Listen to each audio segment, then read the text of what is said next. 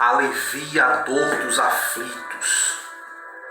A Bíblia diz em Provérbios 31, versículo 6: dai bebida forte aos que perecem em vinho, aos amargurados de espírito, para que bebam e se esqueçam da sua pobreza, das suas fadigas e não se lembrem mais. Esse é um dos textos mais controversos da Bíblia. Alguns utilizam para justificar o consumo de bebida alcoólatra. Outros o empregam para atacar a coerência das Escrituras, dizendo que esse texto está franco ao que o apóstolo Paulo ensinou, que não devemos nos embriagar com vinho, na qual há dissolução, mas enchermos do Espírito. É fora de qualquer dúvida de que a Bíblia condena o excesso de bebida alcoólica. Sempre reprova a embriaguez, embora não defenda a abstinência total. O texto em apreço ele é muito claro, não tem como objetivo incentivar a distribuição de bebida forte aos que perecem, aqueles que estão amargurados de espírito. Não.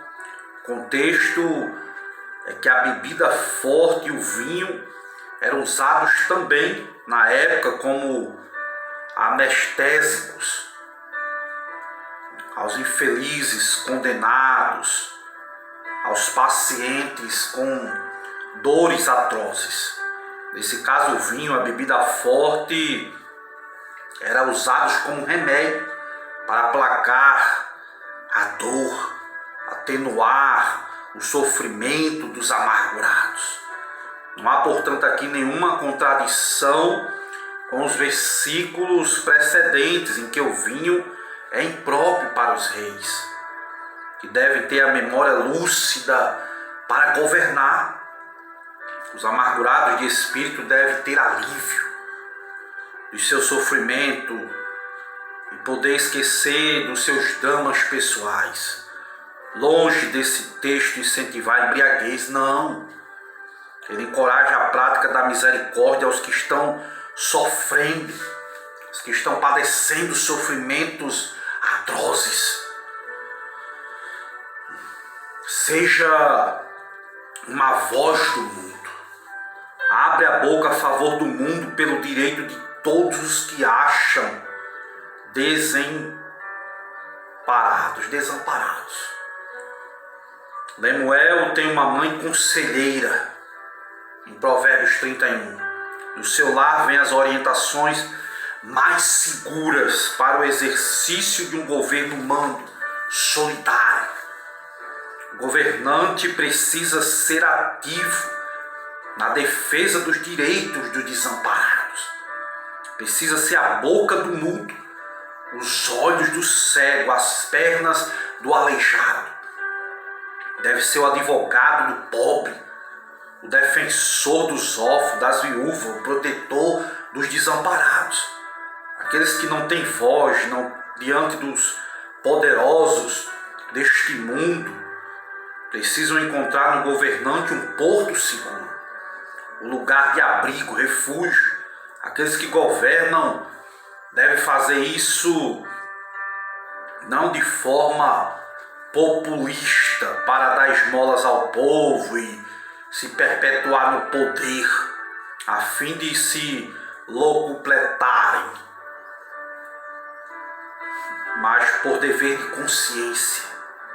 O rei não pode aparelhar o Estado para se manter no poder e ter nas mãos todos os setores da sociedade, não, visando exclusivamente dar pleno curso a seu iníquo projeto de poder. Não, o rei não governa a si mesmo, mas deve ter o governo para o povo. Não é dono do povo, mas é servidor do povo. O rei não governa com parcialidade, pois a justiça é o seu manto. É a defesa de todos os necessitados é o seu bordão. No seu reino não há opressão dos pobres, dos necessitados, mas a defesa de todos os seus direitos. A Bíblia diz que abre a boca, julga retamente, faça justiça aos pobres, aos necessitados. Os reis não podem ser covardes na hora de tomar grandes decisões. Cabe-lhes a defesa da verdade, a prática da justiça. A omissão é um crime covarde. Quando os pobres, os necessitados estão sendo oprimidos nos tribunais. O silêncio dos governantes pode custar a vida de inocentes, pode lhe estrangular a esperança. O rei precisa abrir a boca, não se calar nessas horas. Precisa julgar retamente, sem favorecer alguns, não, sem torcer a lei em benefício dos poderosos. O trono do rei precisa ser um reduto de justiça e não de conchavos. Precisa ser de forma rigorosa os ditames da lei. Precisa seguir e não favorecer os aliados em detrimento de servos.